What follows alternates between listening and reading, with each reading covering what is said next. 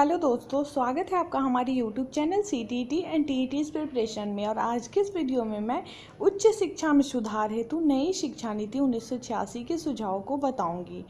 तो आइए शुरू करते हैं कि उच्च शिक्षा में सुधार हेतु नई शिक्षा नीति 1986 ने क्या क्या सुझाव दिए हैं।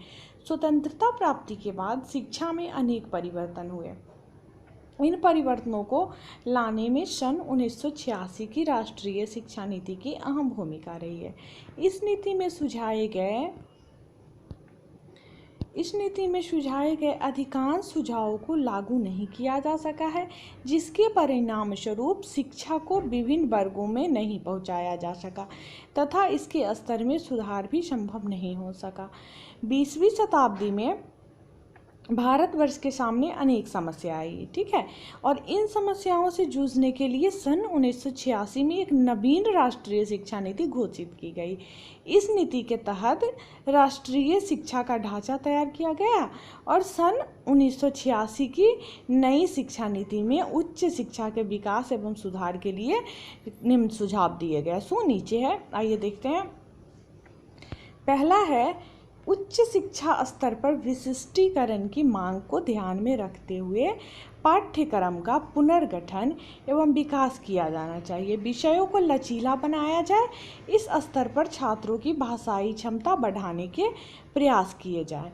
और दूसरा, राज्य स्तर पर उच्च शिक्षा में समन्वयन हेतु परिषदों का गठन किया जाना चाहिए और ये परिषदें विश्वविद्यालय अनुदान आयोग से समन्वय करके शिक्षा की गुणात्मक उन्नति की ओर ध्यान दें। क्या है, एक बार फिर से बोल देती हूँ।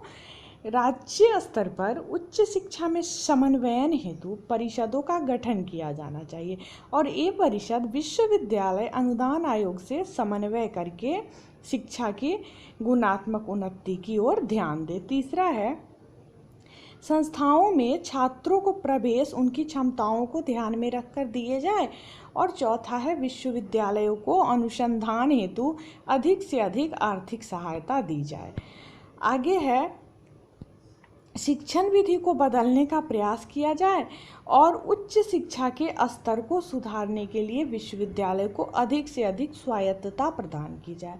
सातवां है, ग्रामीण विश्वविद्यालय के ढांचे को सुदृढ़ बनाया जाए। और आठवां है, अधिक से अधिक अवसर प्रदान करने हेतु खुली विश्वविद्यालय प्रणाली शुरू की जाए। नौवां, कुछ चुने हुए क्षेत्रों में नौकरी के लिए डिग्री की अनिवार्यता समाप्त की जाए।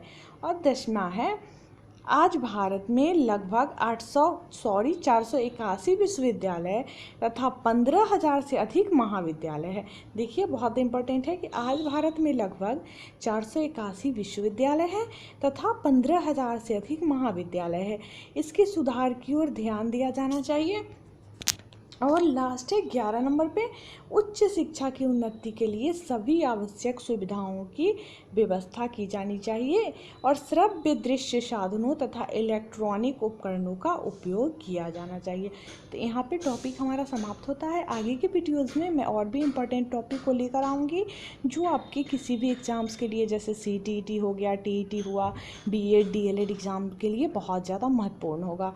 तो इसके लिए आप मेरे चैनल को सब्सक्राइब जरूर करें और साथ में बेल आइकन को भी प्रेस कर दें। और अगर आपको मेरा वीडियो पसंद आ रहा है तो इसको लाइक और शेयर ज़रूर करें। धन्यवाद।